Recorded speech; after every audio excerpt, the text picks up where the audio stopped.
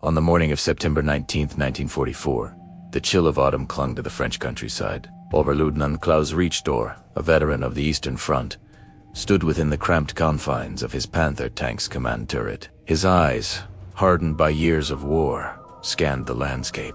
A thick mist, typical of the region, clung to the hedgerows and fields of eastern France, obscuring potential threats. He was a seasoned warrior at 26, a survivor of 2 brutal years battling the Red Army. He'd faced down Soviet T-34s in the inferno of Kursk, earning his Iron Cross in a seemingly endless series of bloody skirmishes. He knew war intimately, yet nothing in that fiery crucible had prepared him for the weapon the Americans had unleashed upon the Western Front. It was a machine so swift, so lethally efficient, that even battle-hardened Panzer commanders spoke of it with a hushed, fearful reverence usually reserved for the terrifying scream of the Katyusha rocket launchers. They called it the Hellcat. The name alone sent shivers down the spines of even the most stoic soldiers. Richter's crew had first heard the rumors swirling 3 weeks prior. Near Nancy, a company of Panthers, 12 tanks representing the very cutting edge of German armor, were executing a tactical withdrawal when they inadvertently stumbled upon an American anti-tank screen. In a mere 17 minutes of hellish combat, 8 Panthers were reduced to smoldering, twisted wrecks of steel. The survivors, their faces pale with shock, recounted an unbelievable tale. Enemy vehicles appeared seemingly from nowhere, unleashing devastatingly accurate fire, then vanishing back into the landscape before any return fire could be brought to bear. One shell-shocked gunner swore he'd landed a direct hit on an American tank destroyer, only to watch it accelerate away with a physics-defying speed, leaving him and his crew in stunned disbelief. Initially, intelligence officers, cocooned in their headquarters, dismissed these reports as mere combat fatigue, the product of overstressed imaginations, or simple exaggeration born of fear. But then, the same terrifying story repeated itself. At Ericourt, at Lunéville, at every bloody engagement where American armor clashed with German tanks, post-battle summary reports, meticulously compiled by the Wehrmacht High Command, revealed a chilling consistency. German tank crews were reporting an average engagement time of just 2 to 4 minutes before the American vehicles vanished, leaving behind a trail of destruction and despair. The resulting attrition was horrific. In those fleeting, desperate encounters, the Americans were achieving kill ratios that were turning conventional armor doctrine completely on its head. The M18 Hellcat, as Allied intelligence documents later confirmed, represented a fundamental departure from traditional tank destroyer design and philosophy. While German Jag Panzers and even American Shermans prioritized protection through thick, heavy armor, the Hellcat's designers at Buick-Yes, the very same automobile manufacturer contracted to build it, chose a radically different path. They ruthlessly stripped away everything deemed unnecessary for a single, crucial mission: to kill enemy tanks and survive through speed, not steel. The result was a vehicle weighing a mere 17 tons, mounting a potent 76mm gun capable of penetrating 100mm of armor at 1,000 meters, and boasting a powerful 9-cylinder radio engine that propelled it to a blistering 55 miles per hour on paved roads. Richter had painstakingly studied the captured American technical manual his intelligence unit had recovered from a destroyed Hellcat near Metz, a document confirmed through official U.S. Army records from the European theater. The manual's specifications read more like science fiction than a practical piece of military hardware. A top speed of 55 miles per hour on roads, 35 miles per hour cross-country, and a power-to-weight ratio that made it the fastest tracked armored vehicle of the entire war.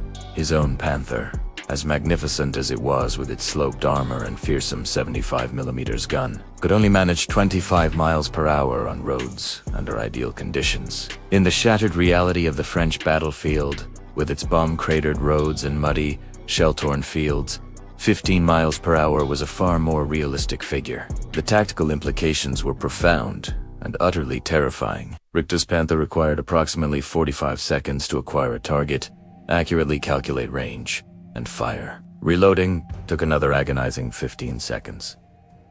If an M18 appeared within effective firing range, say 1,000 meters, and his crew performed flawlessly, with the precision of a well-oiled machine, they might get off to perhaps 3 rounds. but the Hellcat's blistering speed meant it could cross that killing ground in under 90 seconds, firing on the move with its new American hydraulic turret traverse system capable of a full 360-degree rotation in just 20 seconds, and be gone before the third German shell even left the barrel. 3 minutes. That was all the time German tank crews had. 3 minutes to live or die, to succeed or be blown to kingdom come. The Hellcat story didn't begin on the battlefields of Europe, but in the frantic, smoke-filled corridors of American military planning in 1941. Brigadier General Andrew Bruce, the newly appointed commander of the Anti-Tank Center at Camp Hood, Texas, had been meticulously studying the German blitzkrieg tactics that had ravaged Poland and France, turning the tide of war. He arrived at a controversial conclusion. The answer to massed tank attacks wasn't necessarily more tanks, or even thicker armor. It was speed, firepower, and tactical mobility, concentrated in dedicated tank destroyer battalions. Bruce's philosophy, meticulously detailed in the anti-tank tactical and firing centers. Doctrinal publications from that period flew directly in the face of conventional military wisdom, while British and Soviet planners were focused on building heavier, better armored behemoths. Bruce wanted something that could respond to enemy tank breakthroughs with swift and decisive lethality. His vision called for lightly armored, highly mobile platforms that would act like naval destroyers, hence the name, racing to intercept and obliterate enemy tank formations before they could exploit gaps in the American lines. The development contract was awarded to Buick Motor Division, a key part of General Motors' massive wartime industrial conversion. The project's chief engineer, a former race car designer named J. Edward Campbell, approached the task with an automotive rather than a traditional military mindset. While typical tank designers started with armor requirements and added mobility almost as an afterthought, Campbell began with a modified M24 Chaffee light tank chassis, stripped it bare to save weight, and then posed a revolutionary question to his team. How fast can we make it go? The answer emerged from the Detroit Arsenal in July 1943. The T-70 prototype, which would eventually become the M18 Hellcat, weighed in at a mere 17 tons compared to the Sherman S-30 or the Panther S-Hefty 45. Its Continental R975 engine, originally designed for aircraft, produced a staggering 400 horsepower. When test drivers first put it through its paces at the Aberdeen Proving Ground, the vehicle reached speeds that made seasoned observers initially believe the speedometer was malfunctioning. According to U.S. Army Ordnance Department records from the time, engineers initially worried the suspension simply couldn't handle the extreme strain. But Campbell's race car-influenced design incorporated innovations borrowed directly from the high-stress environment of the Indianapolis circuit. Buick began mass production in January 1944 at its sprawling Flint, Michigan facility. The assembly line, meticulously transformed from automobile manufacturing, rolled out the first combat-ready Hellcats in March. By the time of the Normandy landings on June 6, 1944, the first M18-equipped tank destroyer battalions had already arrived in England, eagerly awaiting their chance to prove their worth. The European theater would ultimately receive over 2,400 Hellcats, organized into battalions that operated with unusual independence within the rigidly hierarchical U.S. Army structure. Crews selected for the Hellcat battalions underwent specialized training, emphasizing initiative, aggressive decision-making, and a deep understanding of battlefield tactics. Unlike conventional tank units operating in coordinated formations with close, infantry support tank destroyer Doctrine called for commanders to identify enemy tank concentrations, rush to advantageous positions, engage from ambush, and withdraw swiftly before the enemy could coordinate effective counterfire. The official motto of the tank destroyer force, seek, strike, and destroy, was not mere propaganda. It was a combat doctrine distilled into 3 powerful words. Lieutenant Marcus Webb of the 704th Tank Destroyer Battalion experienced his first engagement in Hellcats on August 12, 1944, during the American breakout from Normandy. His battalion was positioned near Argentan when German forces launched a desperate counterattack with elements of the feared 2nd Panzer Division. Webb's platoon, 5 Hellcats operating as an independent unit, intercepted a column of 8 Panzer IVs, attempting to reinforce the crumbling German defensive line. The engagement lasted a mere 11 minutes. Webb's after-action report, carefully preserved in the National Archives World War II collection, describes a fluid, mobile battle in which his platoon used speed and maneuverability to dictate every term of the engagement. His Hellcat crews would dart in and out of firing positions on the flanks of the German column, unleashing 3 or 4 devastating rounds, then accelerate away before the Panthers could even bring their heavier guns to bear. As the German tanks attempted to swivel their turrets to meet the elusive threat, other Hellcats would appear from completely different angles, turning the engagement into a three-dimensional chess match played at a breakneck 50 miles per hour. All 8 German tanks were destroyed. Webb's platoon suffered only 1 Hellcat, immobilized by a thrown track, not enemy fire, and 2 crewmen wounded by shell fragments. Sergeant Thomas Red Morrison clambered into the cramped turret of his M18 on a cold October morning in 1944, just outside the French town of Bruyères, performing the familiar pre-battle ritual that separated the professional tank destroyers from mere vehicle operators. The Hellcat demanded different skills than a conventional tank, different instincts, and Morrison, a former stock car mechanic from Georgia, possessed precisely the right blend of mechanical intuition and aggressive self-confidence. The vehicle required. The crew compartment was cramped and protected by armor that couldn't stop anything larger than a rifle bullet. The design philosophy was brutally simple. If enemy shells were hitting you, you'd made a fatal tactical error. The Hellcat's survival depended entirely on being somewhere else when the return fire arrived. That open-topped turret, seemingly a terrible vulnerability, actually provided crucial advantages. It significantly reduced weight, improved crew situational awareness, and allowed for faster ammunition handling in the close quarters battles of the European forests and villages. Hearing the sound of an approaching enemy tank before you saw it could mean the difference between being the ambusher and becoming the victim. Morrison's crew consisted of 5 highly skilled men, each cross-trained in multiple roles. The driver, Corporal James Kowalski, could coax the Continental engine through terrain that would bog down heavier vehicles. His understanding of the Hellcat's torsion bar suspension was almost supernatural. He claimed he could feel the vehicle telling him where the solid ground was. The assistant driver, Private Danny Chun, operated the hull-mounted machine gun, but spent most of the engagement scanning for threats and plotting escape routes. His job was to think 3 steps ahead, anticipating danger before it materialized. In the turret, the gunner and loader worked in a synchronized rhythm that determined whether the crew lived or died. Corporal Marcus Washington, the gunner, had attended artillery school before volunteering for the tank destroyer force. He understood ballistics instinctively, calculating range, wind, and target movement in the scant seconds available. His partner, Private Antonio Rodriguez, could load the 76mm gun in under 10 seconds, even as the vehicle careened across rough terrain at 30 miles per hour.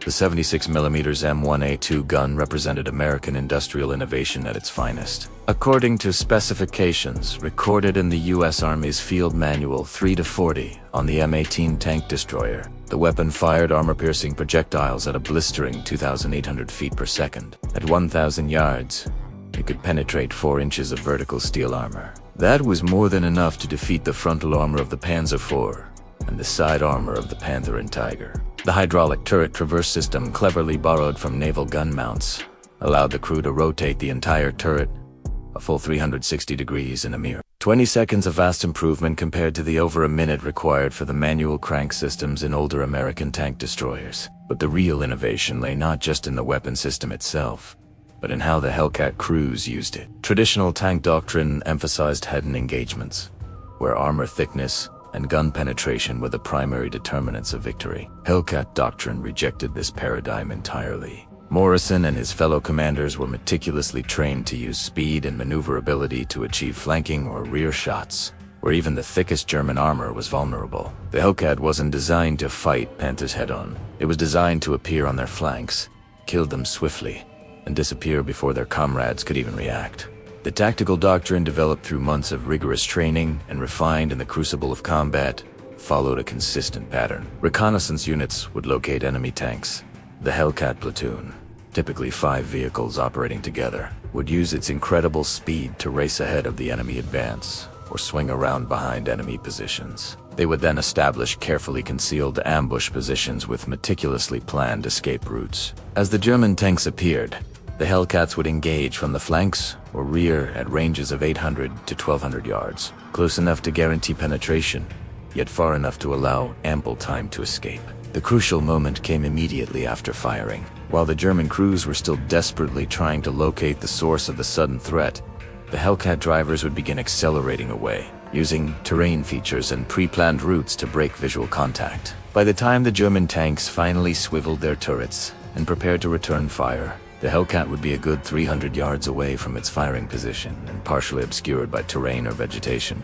German reaction time from initial contact to effective return fire averaged 120 to 180 seconds, or a yawning 2 to 3 minutes. The Hellcat's time in the kill zone was typically a mere 35 to 50 seconds. The window of vulnerability, where German forces could achieve effective counterfire, was virtually non-existent. Morrison had honed this violent waltz through 15 separate engagements. His crew operated with the well-oiled precision of an Indianapolis pit crew. They had proven beyond any doubt that speed wasn't just about raw horsepower. It was about how quickly you could acquire a target, fire accurately, and execute a tactical withdrawal. His personal best was 7 seconds from target acquisition to firing the first shot. In Hellcat Doctrine, that was an eternity. Some crews were achieving engagement times as low as 5 seconds. Hauptmann Friedrich Weber sat in the dimly lit basement of a requisitioned farmhouse near Metz, painstakingly studying after-action reports that painted an increasingly grim picture of German armored operations in the West. As the intelligence officer for the 11th Panzer Division, Weber's job was to identify patterns in the combat data and develop effective countermeasures. The patterns emerging from these reports challenged every fundamental principle of armored warfare he had learned at the prestigious Panzer training grounds in Munster. The numbers told a story that the German High Command was stubbornly unwilling to acknowledge. In September 1944 alone, German Panzer forces in France had lost over 300 tanks of all types. American M18 Hellcat battalions, numbering less than 200 vehicles in the entire theater, were credited with approximately 130 confirmed kills. The kill-to-loss ratio was approaching an astonishing 8-to-1 in the Hellcat's favor. For an army that had built its reputation on armored superiority, these figures represented something far more alarming than mere tactical setbacks. They suggested that fundamental assumptions about armored warfare were being systematically invalidated by American innovation. Webb's meticulous analysis, portions of which miraculously survived in Wehrmacht records captured by US forces at the end of the war, identified the core problem. German Panzer Doctrine had evolved on the vast, open spaces of the Eastern Front, where engagements typically occurred at ranges exceeding 1,500 meters across vast, open-steppe terrain. At those extreme distances, armor, thickness, and gun penetration dominated the equation. The Panther's 75mm gun could reliably penetrate the armor of a Soviet T-34 at 2,000 meters. The Tiger's fearsome 88mm gun was lethal at nearly 3,000 meters. These vehicles were designed to fight and win engagements where they could be seen from a kilometer away. The terrain of Western Europe, the intricate Bocage countryside of Normandy, the dense forests of the Vosges, the narrow, winding urban streets of countless French and German towns, drastically reduced engagement ranges to 300 meters or less. At these drastically reduced distances, the Hellcat's lighter armor became almost irrelevant, while its superior speed and maneuverability became overwhelming advantages. A Panther requiring a slow and agonizing 45 seconds to acquire and engage a target simply could compete with a Hellcat that could fire accurately in 7 seconds and disappear in 30. Antimat, as Weber clearly understood, was brutally simple. In a typical engagement scenario analyzed by Weber, a Hellcat platoon would establish a well-concealed ambush position along a likely German approach route. As the German tanks lumbered into view, the first indication of enemy presence would be armor-piercing rounds impacting their vehicles. It took German tank commanders approximately 15 seconds to locate the source of the threat, communicate with their crews, and prepare to return fire. The Panther's turret traverse speed, a mere 15 degrees per second with its manual crank system, meant it required an additional 6 to 8 seconds to bring its gun to bear on the target. In those fleeting 23 seconds, the Hellcat would fire twice, potentially 3 times if the loader was exceptionally quick and experienced. Then, before the German gunner could even manage a ranging shot, the American vehicle would accelerate away with astonishing speed. At peak acceleration, The Hellcat could hit 30 mph 48 km/h in approximately 12 seconds. By the time the German tank commanders had coordinated their response, identified the firing point, and squeezed off their initial shot, the Hellcat would be a good 200 meters away from its firing position, partially obscured by the terrain or the dense foliage. The German reaction time from initial contact to effective return fire averaged between 120 and 180 seconds.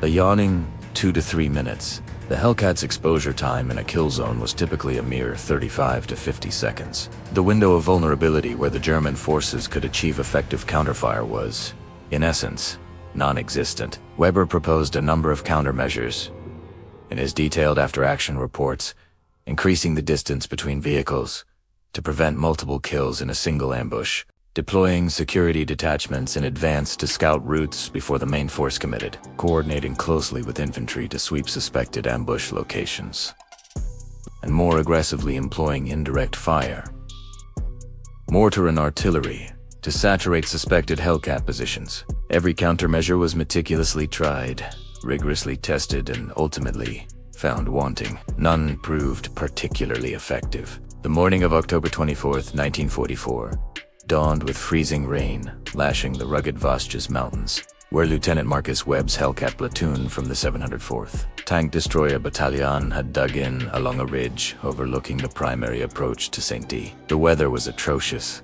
visibility was severely limited, and that created almost perfect hunting conditions for the German armor attempting to navigate the treacherous mountain passes would be funneled into predictable routes, their usual advantages in armor and gun range effectively nullified by the challenging terrain and the inclement weather. Webb had positioned his 5 Hellcats in carefully prepared locations, meticulously exploiting every contour of the ridge. Each vehicle had a primary firing position with a clear view of the valley road below, plus 2 alternate positions connected by routes his drivers had memorized in the dark. The positions were far enough apart that German artillery couldn't effectively suppress multiple vehicles simultaneously, but close enough for the platoon to concentrate devastating fire on any single target. Escape routes led over the reverse slope of the ridge, where the Hellcats could break contact and quickly reposition before German observers could coordinate effective counterfire. Intercepted radio communications indicated a German tank convoy would be attempting to reinforce positions further north.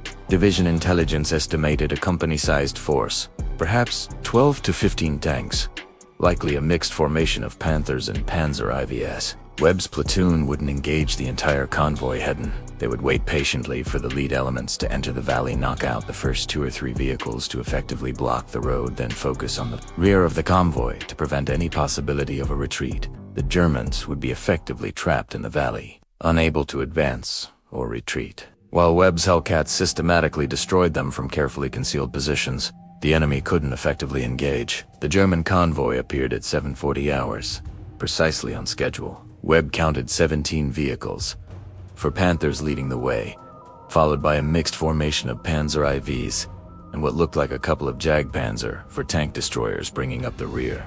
They were moving cautiously sensible, but caution would unhelp much when you were funneled into a valley with little room to maneuver and an enemy holding the high ground. Webb waited until the lead Panther was directly below his position, perhaps 600 meters away. At that runged, the Hellcat's 76mm gun would punch through the Panther's vulnerable upper armor like it was made of paper. He gave the order to fire, and Corporal Washington sent the first round screaming downrange. The armor-piercing shells slammed into the Panther's engine deck with a deafening crash, and the tank shuddered violently to a halt, thick black smoke billowing ominously from its vents. Before the German crew could even begin to evacuate, Webb's own Hellcat and another from the platoon fired in quick succession, hitting it in the rear hull. The Panther erupted in a spectacular inferno of flames, a funeral pyre for its unfortunate crew. The other Hellcats fired in a coordinated sequence they had rehearsed 100 times over in preparation for just such an event. The 4th vehicle in the convoy,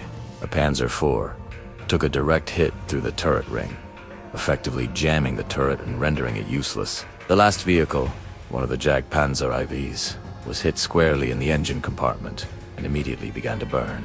The German convoy was now well and truly trapped, unable to advance past the burning Panther or retreat past the destroyed Panzer IV. What followed was a masterclass in tank destroyer tactics. Over the next 42 minutes, according to Webb's detailed after-action report preserved in U.S. Army archives, his platoon systematically engaged the stranded German vehicles. The Hellcats would fire from one position, then immediately move to an alternate position before German counterfire could possibly arrive. The Germans attempted to organize coordinated responses, but the combination of poor visibility, confusing terrain, and the Hellcats' unparalleled mobility made effective fire control virtually impossible. German tank commanders simply couldn't maintain visual contact with the elusive American vehicles long enough to coordinate any kind of effective response. By the time a Panther identified a Hellcat firing position and swung its turret to engage, the American vehicle had already vanished, reappearing seconds later from a completely different angle. The psychological effect on the German crews was devastating. They were fighting an enemy they couldn't pin down, couldn't predict, and couldn't escape. Oberst Colonel Gustav Hoffmann had commanded Panzer units since the invasion of Poland in surviving 3 brutal winters on the Eastern Front, and earning the coveted German Cross in Gold for his exceptional leadership during the grueling retreat from Kursk. He had faced down Soviet tanks in situations where even a minor tactical error meant instant death. He had developed a sixth sense for armored combat that had kept him alive for 5 long years of war and taught countless young Panzer officers the brutal calculus of tank-on-tank warfare. The American Hellcat had forced him to question everything he thought he knew about armored warfare. His battalion had encountered the Hellcat for the first time near Lunéville on September 18, 1944. The engagement lasted a mere 19 minutes and cost Hoffmann 7 precious Panthers, nearly half his effective strength in exchange for a single American vehicle disabled only by a lucky shot that damaged its transmission. Post-battle analysis revealed what should have been painfully obvious. His Panthers were magnificent machines, but they were designed for a war that was no longer being fought. Or rather, the Americans had cleverly invented a new kind of war, where traditional Panzer advantages had become crippling liabilities. The Eastern Front had taught Hoffmann that armored engagements were primarily about 4 critical factors: gun penetration, armor protection, crew training, and numerical superiority. German tanks usually had a significant advantage in the first 2 categories, Soviet forces in the fourth, and the third category largely determined which side could exploit their respective advantages most effectively. This calculation had held true through thousands of brutal engagements from Smolensk to Kharkov to Kursk. Hellcat introduced a 5th element that completely invalidated the traditional equation: speed, as both an offensive weapon and an impenetrable defensive shield. Hoffmann studied American tank destroyer doctrine through captured training manuals and prisoner interrogation reports from Hellcat units, as meticulously recorded in Wehrmacht intelligence reports from this period. The American approach defied every fundamental tenet of German Panzer doctrine. While German tanks advanced in mutually supporting formations with overlapping fields of fire, Hellcats operated according to widely dispersed patterns, where individual vehicles acted while German doctrine emphasized holding ground and fighting from static defensive positions. American tank destroyers treated every position as temporary, never remaining stationary long enough for enemy forces to coordinate effective responses. The most disturbing aspect was how American doctrine leveraged their vehicles' unparalleled speed to achieve consistent first-shot advantages. In Hoffmann's extensive experience, armored engagements were usually decided by whoever spotted the enemy first and delivered the first accurate shot. German optics and crew training traditionally provided a distinct edge in target acquisition, but that counted for absolutely nothing when the Hellcat was already in position, waiting patiently in ambush before German forces even entered the engagement area. Hoffmann began implementing countermeasures based on his increasingly grim analysis. He reorganized his battalion to operate in smaller, more dispersed formations that were inherently more difficult for Hellcats to ambush effectively. He emphasized aggressive reconnaissance, using infantry and lighter vehicles to scout routes thoroughly before committing his precious Panthers. Most importantly, he drilled his crews relentlessly to prioritize speed of engagement over pinpoint accuracy. It proved more effective to unleash a rapid volley of fire, even if slightly off target, than to painstakingly calculate the perfect shot that would never materialize as the enemy disappeared from sight. These revised tactics started to yield results. On October 9, 1944, near Sept, Hoffmann's battalion stumbled upon a platoon of M18 Hellcat tank destroyers, attempting to establish an ambush. In a stroke of rare luck, his lead unit spotted the Americans maneuvering into position. Without hesitation, they unleashed a torrent of fire, disrupting the Hellcats' carefully laid plans and forcing them to abandon their attack before it could even begin. One Hellcat was obliterated, another sustained heavy damage, and the remaining vehicles retreated in haste. This marked the first time Hoffman's battalion had achieved a favorable exchange ratio against the formidable American tank destroyers. A small victory in a long and brutal campaign. December 1944 ushered in the most frigid winter the Ardennes forest had witnessed in decades. It was against this backdrop of biting cold and snow-covered terrain that Hitler launched his desperate gamble. The massive counteroffensive that would become known to the Allies as the Battle of the Bulge. For the Hellcat battalions scattered along the American lines, the German offensive presented a series of unprecedented challenges. Far removed from the open terrain of their pursuit across France, the Americans were now forced into a defensive posture, facing a German force with a significant numerical advantage. The frozen ground and treacherous terrain severely hampered the Hellcats' inherent mobility. Its greatest asset, the 634th Tank Destroyer Battalion, equipped with the M18 Hellcat, was urgently dispatched to the crucial town of St. Vith on December 17, 1944. With orders to help halt the German onslaught. Captain James Thornton, the battalion's operations officer, observed the westward advance of the 6th Panzer Army from a precarious observation post atop a snow-covered hill. It was the largest concentration of German armor he had witnessed since the Normandy landings. The sheer number of German tanks was staggering. Intelligence estimates indicated that over 200 German tanks were spearheading the assault towards the overwhelmed American positions. The tactical situation was completely new for Hellcat operations. Instead of hunting German tanks across the rolling fields of France, the tank destroyer units were now tasked with fighting a defensive war from hastily prepared positions. Gone were the lightning ambushes. Now they had to hold key road junctions against overwhelming force. The severe weather conditions grounded Allied air support, a critical advantage the Americans had relied upon in previous battles. The frozen ground made digging nearly impossible, and heavy snowfall severely reduced visibility, negating the advantages usually afforded by the Hellcats' open turrets. Thornton meticulously positioned his Hellcat vehicles to defend the vital road network converging on St. Vith. Each platoon was assigned specific sectors to cover, with firing positions carefully chosen to maximize the M18's gun performance while minimizing their vulnerability to German counterfire. The plan was to trade space for time, allowing the Germans to advance into pre-prepared kill zones, inflict maximum casualties, and then fall back to secondary positions before the Germans could bring their full combat power to bear and overwhelm the thinly stretched American defensive lines. The German assault against Thornton's positions commenced at dawn. On December 18 Teachi, the attacking force consisted of formidable Panther and Panzer, 4 tanks from elite Waffen SS divisions, supported by waves of infantry and self-propelled guns. The Germans advanced with the methodical precision of veteran units, executing a well-rehearsed plan. But as they entered the outskirts of St. Vith, they were met with the same deadly surprise that had plagued German tank commanders since Normandy. Hellcats emerged from unexpected locations, unleashing devastatingly accurate fire, and then vanishing before the Germans could coordinate an effective response. Sergeant Raymond Cooper commanded one of Thornton's Hellcats, strategically positioned at a critical road junction south of St. Vith.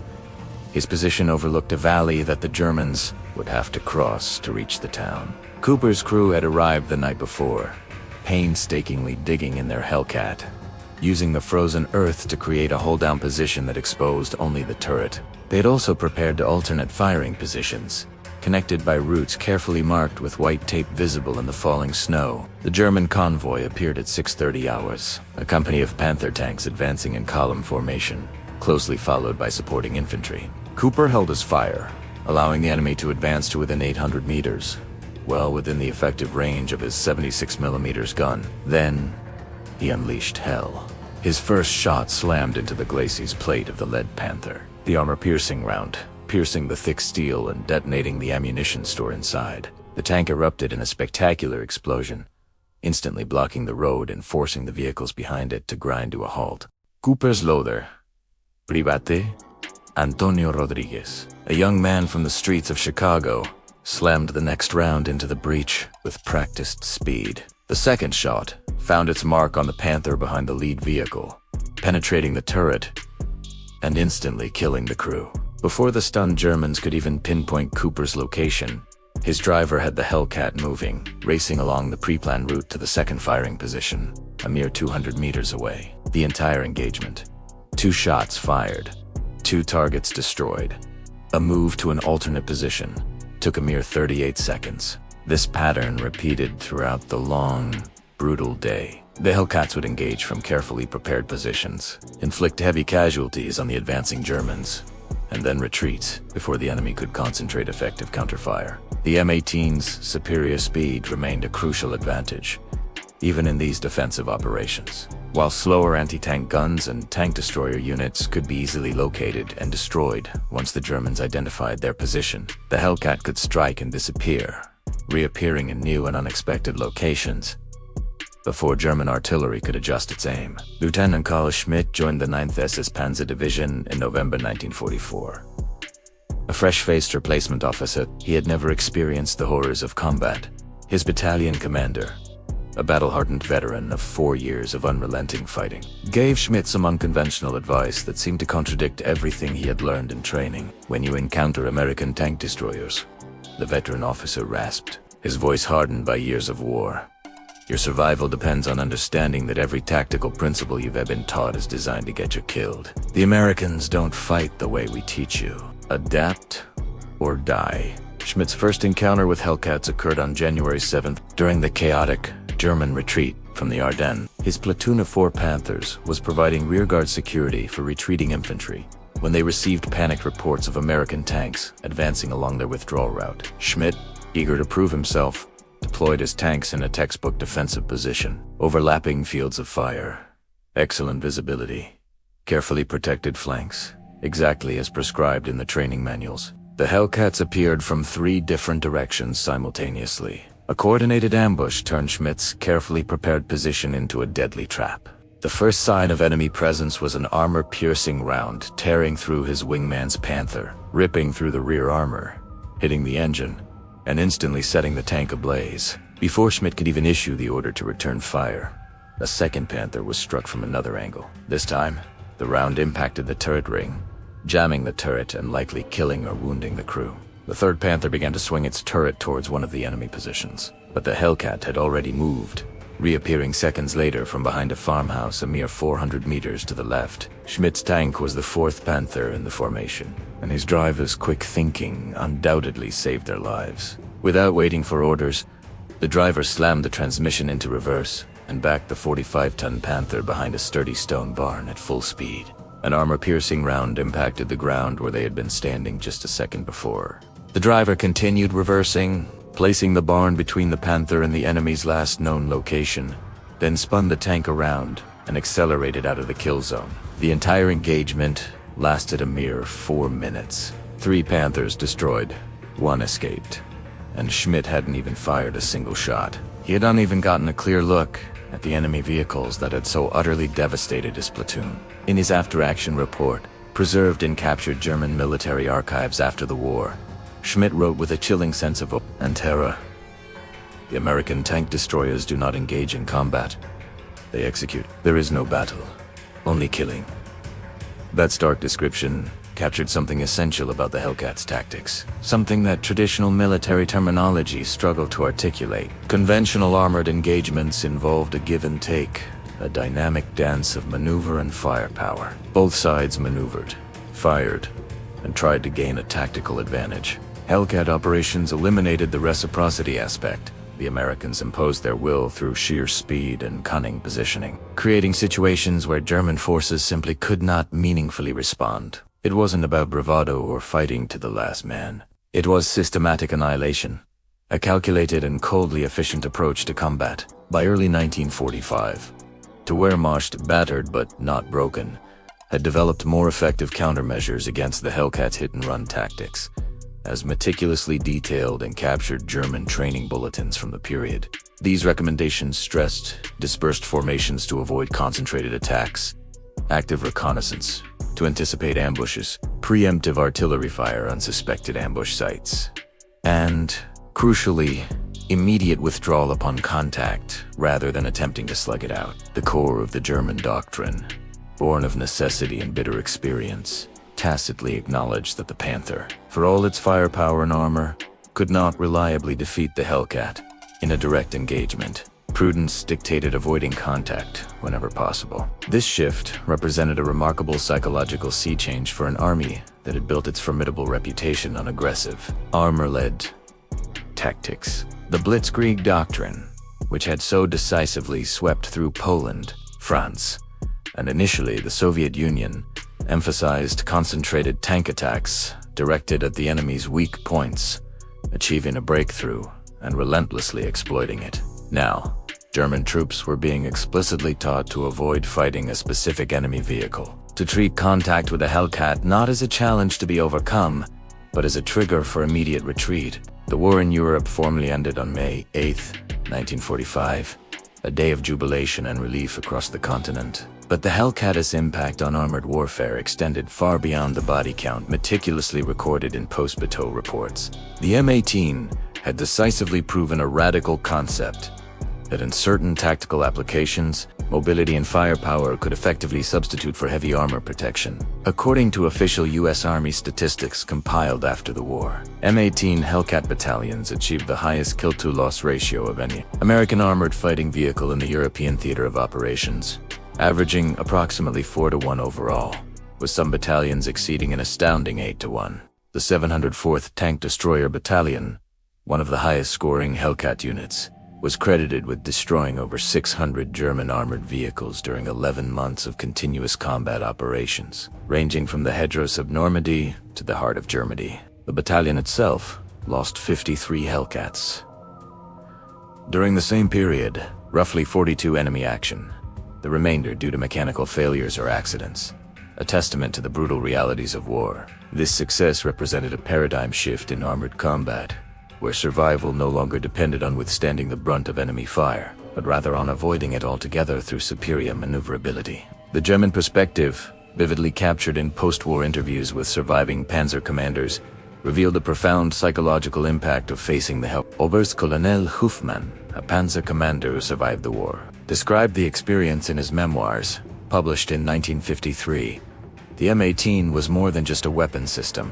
It represented an entirely different philosophy of armored warfare, one that our doctrine simply couldn't effectively counter. We were taught to win through superiority in armor, firepower, and crew training. The Americans proved that speed and tactical flexibility could trump all three. The M18's open-topped turret, initially viewed as a vulnerability according to conventional military thinking, proved to be a distinct advantage in real-world combat operations. The design saved approximately 3 tons of weight that would otherwise have been consumed by a fully enclosed turret, allowing for higher top speeds and superior acceleration. The enhanced situational awareness afforded by the open turret enabled crews to spot threats earlier and coordinate responses more quickly. In the close-quarters terrain of Western Europe, where engagement ranges often fell below 800 meters, the thin armor became less of a liability. Any German tank gun that scored a hit would likely penetrate regardless of armor thickness. Post-war analysis by the U.S. Army's Ordnance Board identified the key factors in the Hellcat's success, as meticulously detailed in their technical reports from 1946.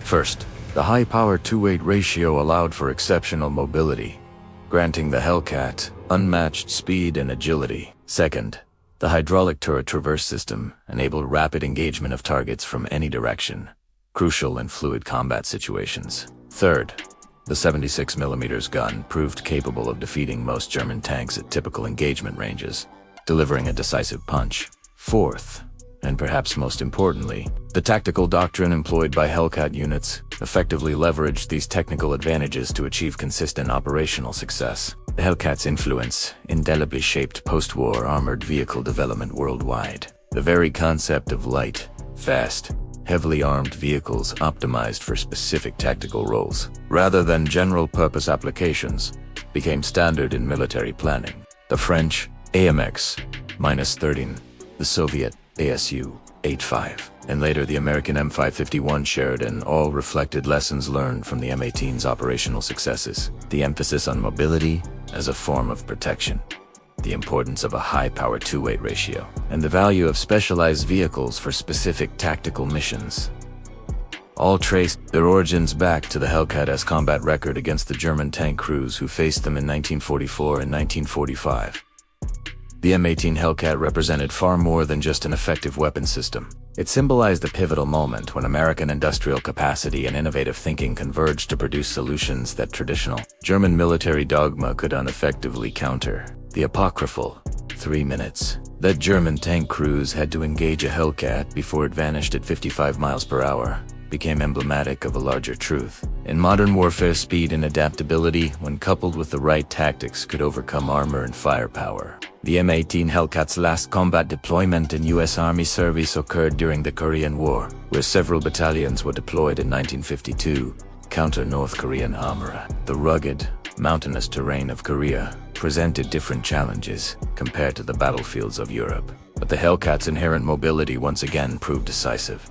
During the early months of the war, M18 units achieved notable successes against Soviet-supplied T-34 tanks, with the 773rd Tank Destroyer Battalion credited with destroying over 50 enemy tanks during the defense of the Pusan perimeter. Sergeant Thomas Morrison, who had commanded a Hellcat in Europe and volunteered for service in Korea, found himself back in an M18 turret near the Naktung River in August 1950.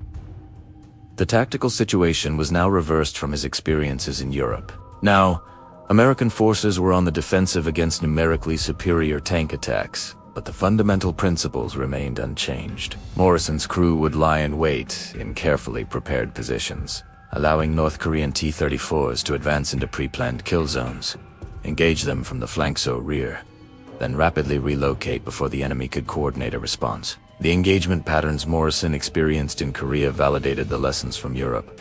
Speed remained the Hellcat's primary defense.